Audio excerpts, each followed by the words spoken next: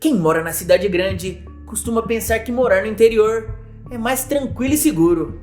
Mas isso só é verdade se você conhecer muito bem todas as lendas da região. Cada lugar tem suas histórias e cada história tem seus mistérios. Minha avó sempre me dizia pra pôr sentido nas coisas. Eu não entendi isso muito bem, até que eu vivi na pele e escapei por muito pouco. Que sirva de aviso pra você, porque nesse mundo existem muitos mistérios inexplicáveis. Por isso preste bastante atenção da próxima vez que alguém te contar um caso, porque saber o que fazer ao encontrar uma dessas situações pode ser a diferença entre a vida e, bem, quem sabe o que tem do outro lado, não é mesmo? O fato é que minha avó sempre me contava histórias bem populares do folclore brasileiro. Ela jurava que um tio dela havia prendido um saci que rondava a casa onde ela cresceu em uma fazenda. Minha avó sempre me contava que escutava o saci e os animais ficavam muito agitados.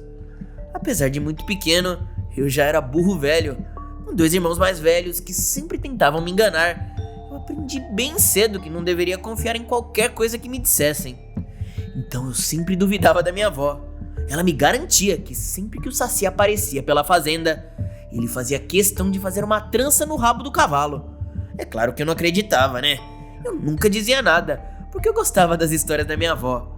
Mas uma coisa eu sempre conseguia perceber. Algumas histórias que ela tinha apenas ouvido falar, ela contava normalmente. Outras, como essa do saci, que ela jurava ter acontecido com ela, mexiam profundamente com a minha avó, como se ela mesma acreditasse em tudo que estava me contando. Ela sempre me dizia que se eu encontrasse alguma dessas entidades, que eu não deveria nunca mesmo olhar nos olhos dela. Ela falava que a assombração consegue ver a nossa alma através dos olhos. Ela dizia que sempre que escutava o saci por perto, ela fechava bem os olhos e até acabava dormindo. Claro que esse trecho sempre me fazia pensar que era exatamente o que os adultos queriam. Eles começavam a fazer algum barulho sinistro e as crianças iam dormir com medo de encontrarem alguma assombração. Quando eu tinha uns 14 para 15 anos, meu pai comprou um sítio. Não era muito grande, acho que era mesmo uma chácara. Se é que a diferença entre um e outro é só o tamanho. Eu comecei a visitar bastante esse sítio, era assim que a gente falava. E nessas viagens eu comecei a conhecer os vizinhos, gente que morava lá. Primeiro eu fiz amizade com um cachorro, o Amarelinho. Ele gostava tanto da gente que quando escutava o carro do meu pai, corria até a estrada para nos receber. Eu acho que dava quase 1 quilômetro da estrada até a entrada do sítio. E o Amarelinho vinha acompanhando a gente pelo caminho. Meu pai ia brigando com ele para ver se ele não pulava no carro, mas não tinha jeito. O carro acabou ficando todo riscado das unhas do Amarelinho. Mas meu pai não se importava não. Na verdade ele brigava com o cachorro por medo do Amarelinho acabar se machucando com o carro em movimento. A gente nunca descobriu se o Amarelinho tinha um dono. Ele sempre aparecia quando a gente chegava e sumia quando a gente ia embora. Todos da região conheciam o cachorro, que parecia ser de todo mundo ao mesmo tempo. Eu tenho muita saudade dele. Ele foi o meu primeiro amigo ali no campo.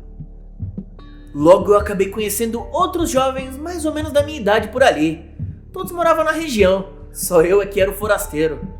Já acostumado a conviver com meus irmãos mais velhos, eu já sabia que mesmo não sendo o mais novo da turma, eu ainda era o novato.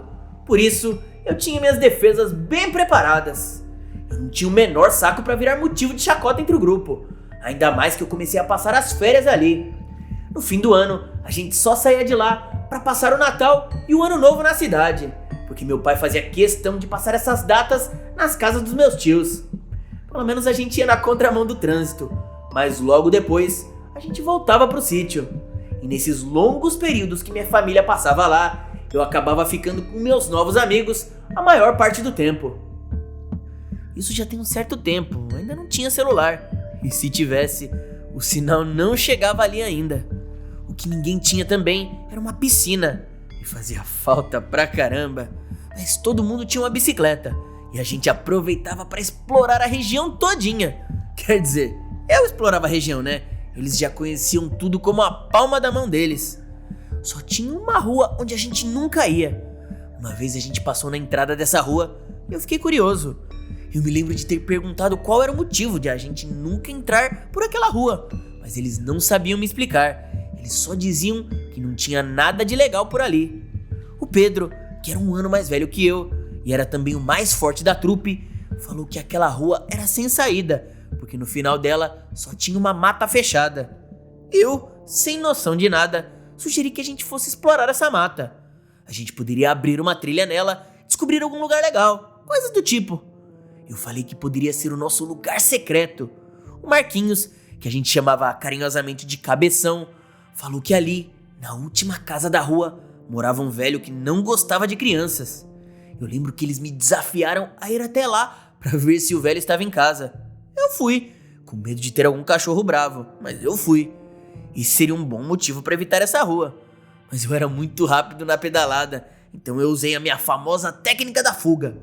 Eu fui caminhando até o fim da rua, levando a bicicleta ao meu lado, virada para a entrada da rua. Se aparecesse qualquer coisa ali, era só montar na bike e sair em disparada.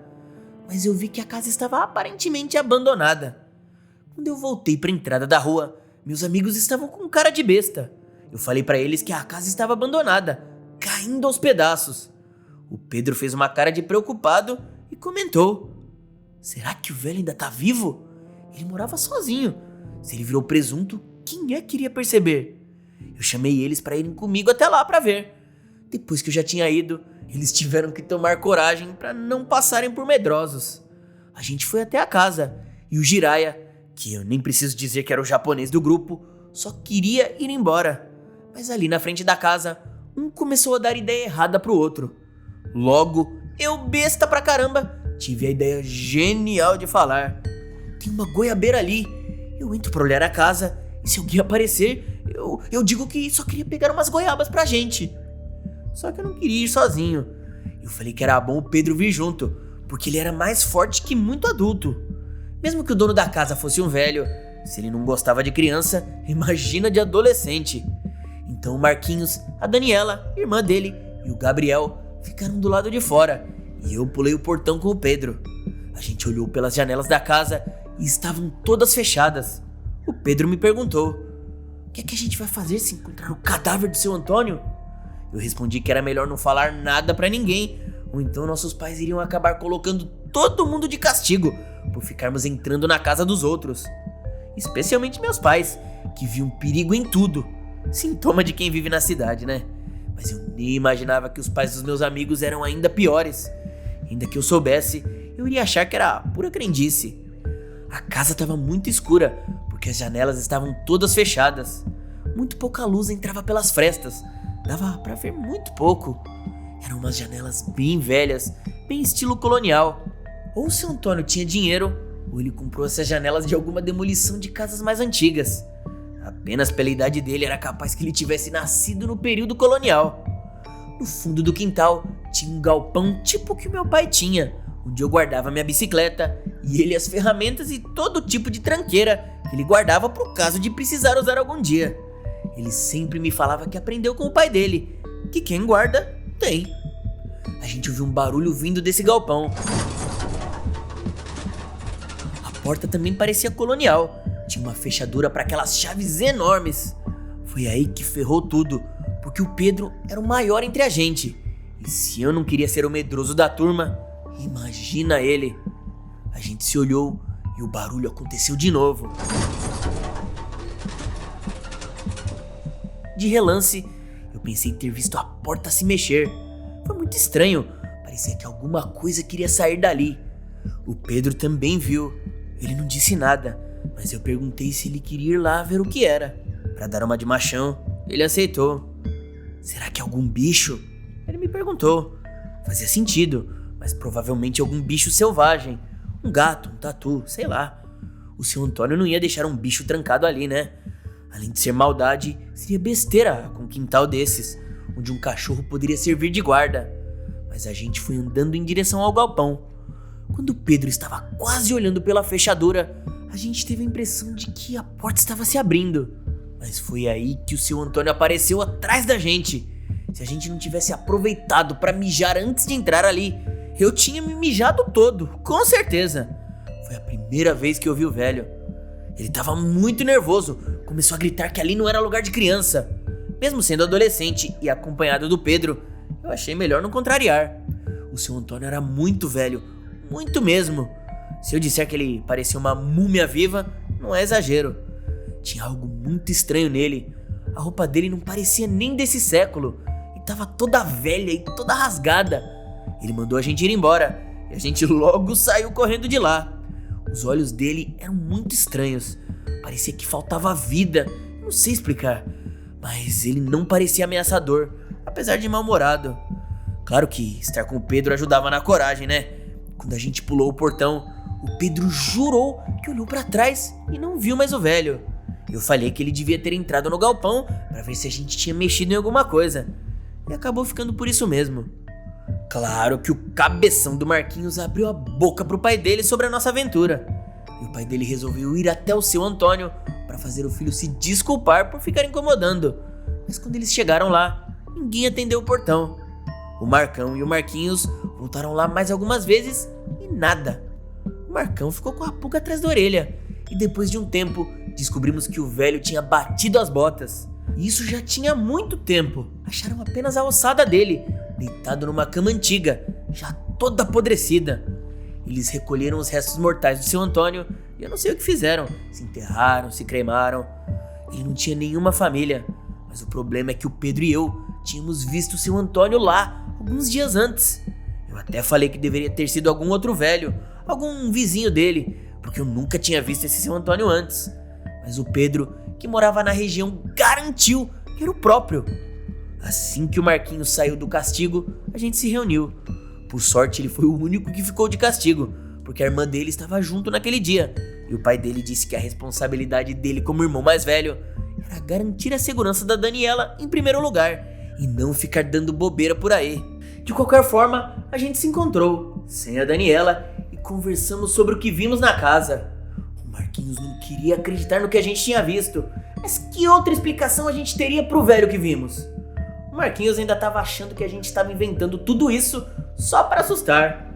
Já o Pedro garantiu que era o velho Antônio, mas o cabeção disse que se a gente viu alguém lá, o Pedro poderia ter confundido com o seu Antônio pelo susto. Mas foi aí que eu falei: tá, mas se o Pedro confundiu o velho, quem foi esse que a gente viu? E por que ele estava na casa do seu Antônio? E não avisou ninguém que ele tinha falecido? Infelizmente, essa pergunta só poderia ser respondida voltando ao local. Quando a gente chegou lá, o Marquinhos ficou com medo e não quis entrar. Ele inventou uma desculpa esfarrapada de que alguém precisava ficar tomando conta das bicicletas na rua pra ninguém pegar. O Pedro foi na frente e eu fui seguindo ele. Ele disse que agora já não tinha mais que ter medo, porque a casa estava vazia. Nesse momento, começamos a ouvir o barulho vindo do galpão. A gente se olhou e mais uma vez fomos movidos pela curiosidade. Ele resolveu olhar pelo buraco da fechadura e aí tudo começou a ficar estranho. O barulho lá dentro parou. Eu perguntava pra ele o que ele estava vendo, mas o Pedro parecia estar em transe. Eu puxei ele e os olhos dele estavam arregalados. A cara dele estava completamente aterrorizada. Eu não conseguia imaginar o que poderia ter dentro daquele galpão.